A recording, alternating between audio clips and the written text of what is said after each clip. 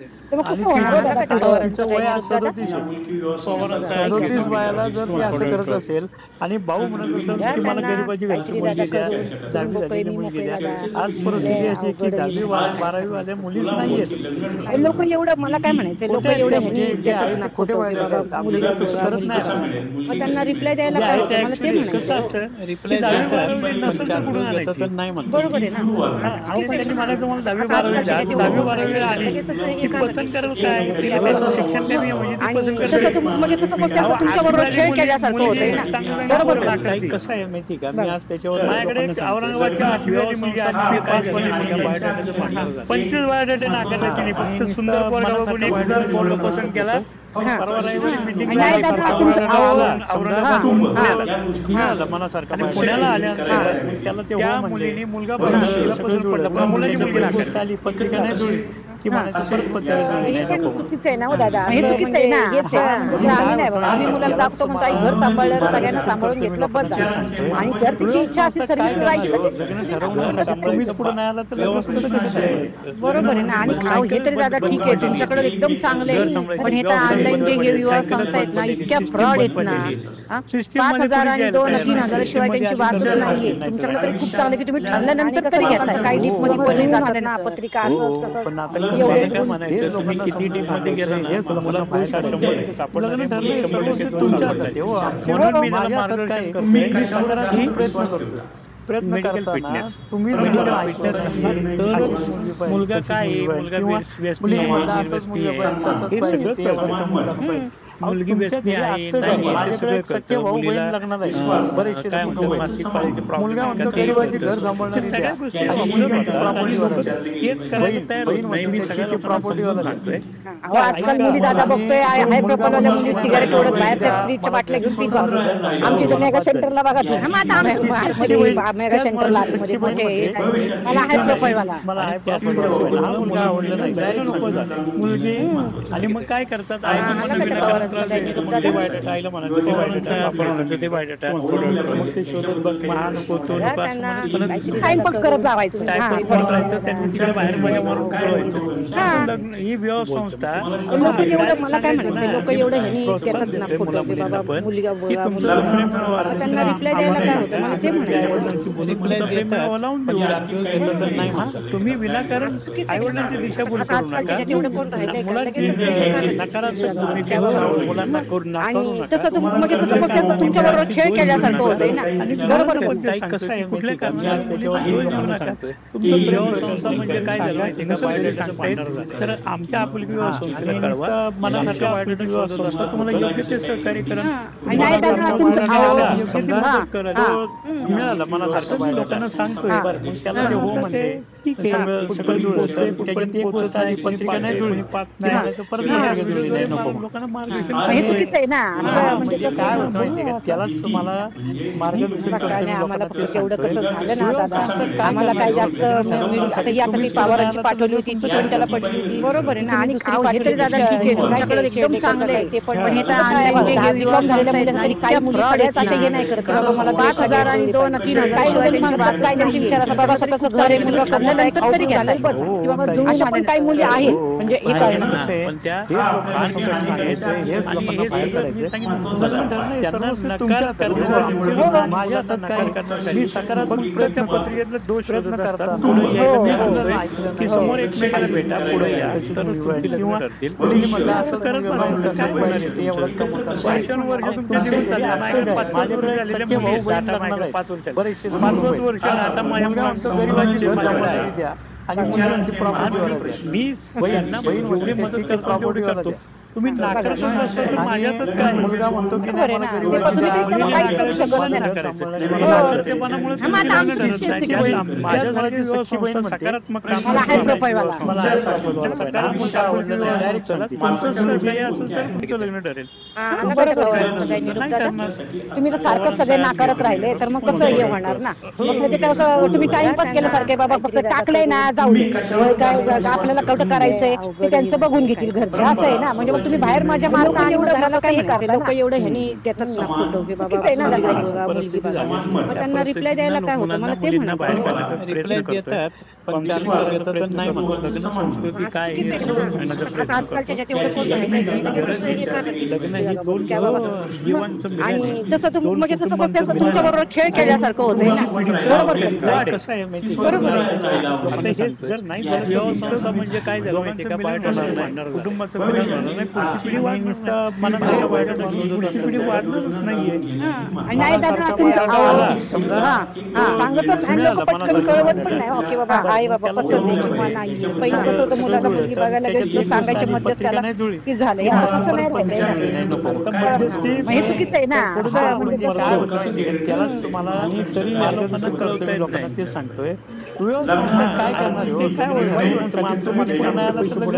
पैसे बुडाले. बरोबर आहे. आणि हे तरी दादा ठीक आहे तुमच्याकडे एकदम चांगलं पण हे तर ऑनलाईन जे हे विवाह संस्था आहेत ना इतक्या फ्रॉड आहेत ना. नाही 5,000 आणि 2-3,000 पाहिलं मी पाहिलं दादा तुमचा म्हणून तर मी डोळे दाखवून तरी घेता केले ना. कारण पाहिलं तुमचं आता ते पण आता कसं आहे जोडी ऍप वाले आहेत ते परत कोकण काय ते कोकण मराठा वधू काही म्हणजे उपयोगाचं नाही. त्यांना पहिले 4-5,000 रुपये घेतात आणि त्याच्यातनं पण ते हे नाही फक्त 6 महिन्यात तुमचं ते काय त्यांचं पॅकेज असतं ते टाकतात की झालं संपले पैसे परत दुसरे नाही. आता मला किती जण विचारतात मी काय करतो हो माहिती गरीबाची घर सांभाळणारी सुद्धा बघा मग ते नाही म्हणून तर मी केलं. आता मला विचारतात लोक पण मी तसं फोन घेत नाही सोडत नाही मी कस्टमरचा फोन पुढे पळत नाही. एवढं तुम्हाला सांगायची हेच नाही. आता मला लोक विचारतात पण मी कसं म्हणते माझं आमचं पहिलं होऊ दे मग तुम्हाला सांगते म्हणजे बरोबर आहे की नाही. तर काय म्हणतात आम्ही 1,000 रुपये भरले अजून आलं कुणाचं शेअर कधी होईल कुणाचं कधी लग्न करणार आहे शेवटी बंधच्या आधी ते तर आहेच म्हणा. आपण काय शकत नाही एवढं ह्यानी बाबा त्यांना रिप्लाय द्यायला काय होतं मला ते म्हणाले. रिप्लाय देतात अर्थात तुम्ही हो म्हणायचं मुली हो म्हणायचं तरच तुमचं लग्न ठरेल. एकाने नाही म्हणलं तरी नाही एकाने म्हणायचं नाही मला आवडली एकाने म्हणायचं नाही मला आवडलं तुमच्या बरोबर खेळ केल्यासारखं होतंय ना. बरोबर कसं आहे त्यामुळे दोघांचं पॉझिटिव्ह पूर्वी काय होतं अख्खं कुटुंब हो म्हणजे काय झालं माहिती लग्न ठरलं. आता काय झालं आणि कुटुंब विरोध करतो काही मिळालं मनासारखं मुलीची तयारी असेल मनाची तयारी असेल आई वडील सांगतात तुला शोभणार नाही त्याला काय कळतं का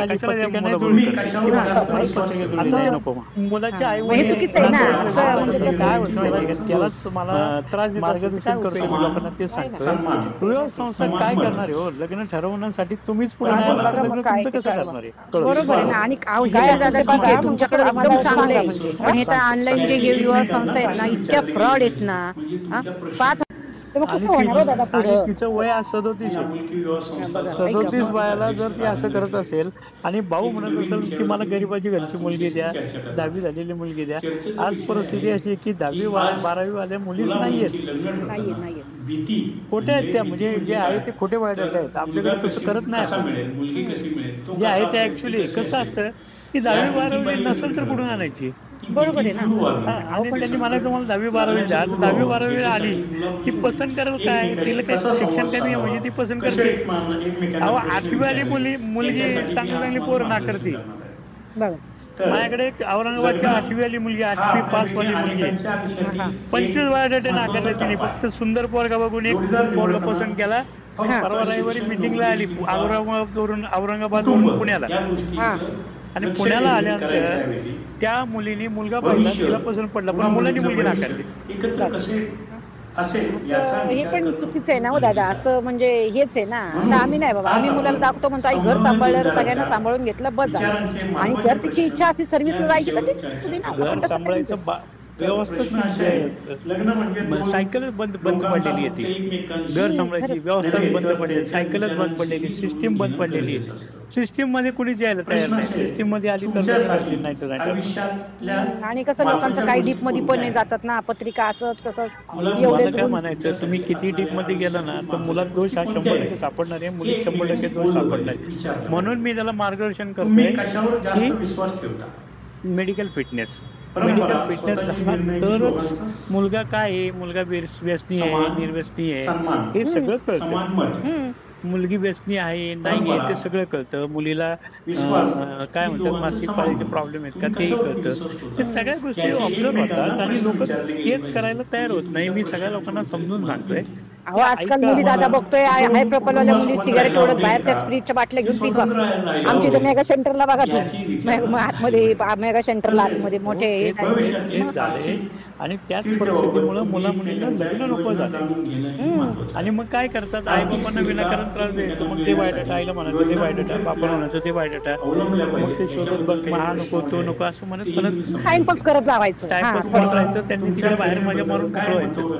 लग्न ही विवाह संस्था डायरेक्ट सांगायचं ना, मी प्रोत्साहन देतोय मुला मुलींना पण की तुमचं प्रेम विवाह असेल तर आम्हाला सांगा, आम्ही तुमच्या आई वडिलांशी बोलून तुमचा प्रेम विवाह लावून देऊ. हा तुम्ही विनाकारण आई वडिलांची दिशाभूल करू नका, मुलांची नकारात्मक भूमिकेत मुलांना नाकारू नका, कुठल्या कारणाने मुलांची दोष देऊ नका. आणि मुलांना पण ते सांगतो की कुठल्या कारणाने मुलींना दोष देऊ नका. तुमचं प्रेम प्रकरण घरी सांगा, नसेल घरी सांगता येत तर आमच्या आपुलकी विवाह संस्थेला कळवा. आमच्या आपुलकी विवाह संस्था तुम्हाला योग्य ते सहकार्य करेल, तुमचा प्रेम जुळून देण्यासाठी योग्य ती मदत करेल. असं मी लोकांना सांगतोय. पण आता ते ठीक आहे, कुठपर्यंत पोहोचतोय कुठपर्यंत पोहोचत नाही, कोणी पाहतंय कोणी पाहत नाही. मी या व्हिडिओद्वारे लोकांना मार्गदर्शन करतोय. बघूया आता. काय नाही, आम्हाला फक्त तेवढं कसं झालं ना दादा, आम्हाला काय जास्त आता ती पवारांची पाठवली होती ती पण त्याला पटली होती. ती तुम्ही दुसरी पाठवली ती काय ते शेर्डेकर का काय ते पण काय बीकॉम झालेल्या मुली तरी काही मुली सगळ्याच अशा हे नाही करत बाबा मला ग्रेडला ग्रेड जुळली पाहिजे. काही मुलं मागतात काय त्यांचे विचार असतात बाबा स्वतःचं घर आहे, मुलगा कमवत आहे, खाऊ पिऊ घालेल बस झालं. अशा पण काही मुली आहेत म्हणजे पण त्या फार कठीण आहेत. आणि हे सगळं मी सांगितलं तुम्हाला, त्यांना नकार करण्यासाठी मुलींना आणि मुलांना नकार करण्यासाठी फक्त त्या पत्रिकेतले दोष शोधत असतात. पुढे यायला मी सांगतोय की समोर एकमेकाला भेटा, पुढे या, तरच तुमची लग्न ठरतील. तुम्ही असं करत बसलं तर काय होणार आहे तुमचं? वर्षानुवर्ष तुमचे निघून चालले. माझ्याकडे 5-5 वर्ष झालेल्या मुली आहेत, डाटा माझ्याकडे 5 वर्ष आले. 5 वर्ष आता माझ्या मुलांचे माझ्याकडे आहे. मी त्यांना एवढी मदत करतो तेवढी करतो. तुम्ही नाकारतच बसता तर माझ्यातच काय बरोबर आहे ना. ते तुम्ही तरी काही करू शकत नाही. नाकारायचं नाकारतेपणामुळे तुमची लग्न ठरत नाही. त्यात माझ्यासारख्या विवाह संस्था सकारात्मक काम करतो. आपुलकी विवाह संस्था, त्या सकारात्मक आपुलकी विवाह संस्थेला तुमचं सहकार्य असेल तर तुमचं लग्न ठरेल, तुमचं सहकार्य नसेल तर नाही ठरणार.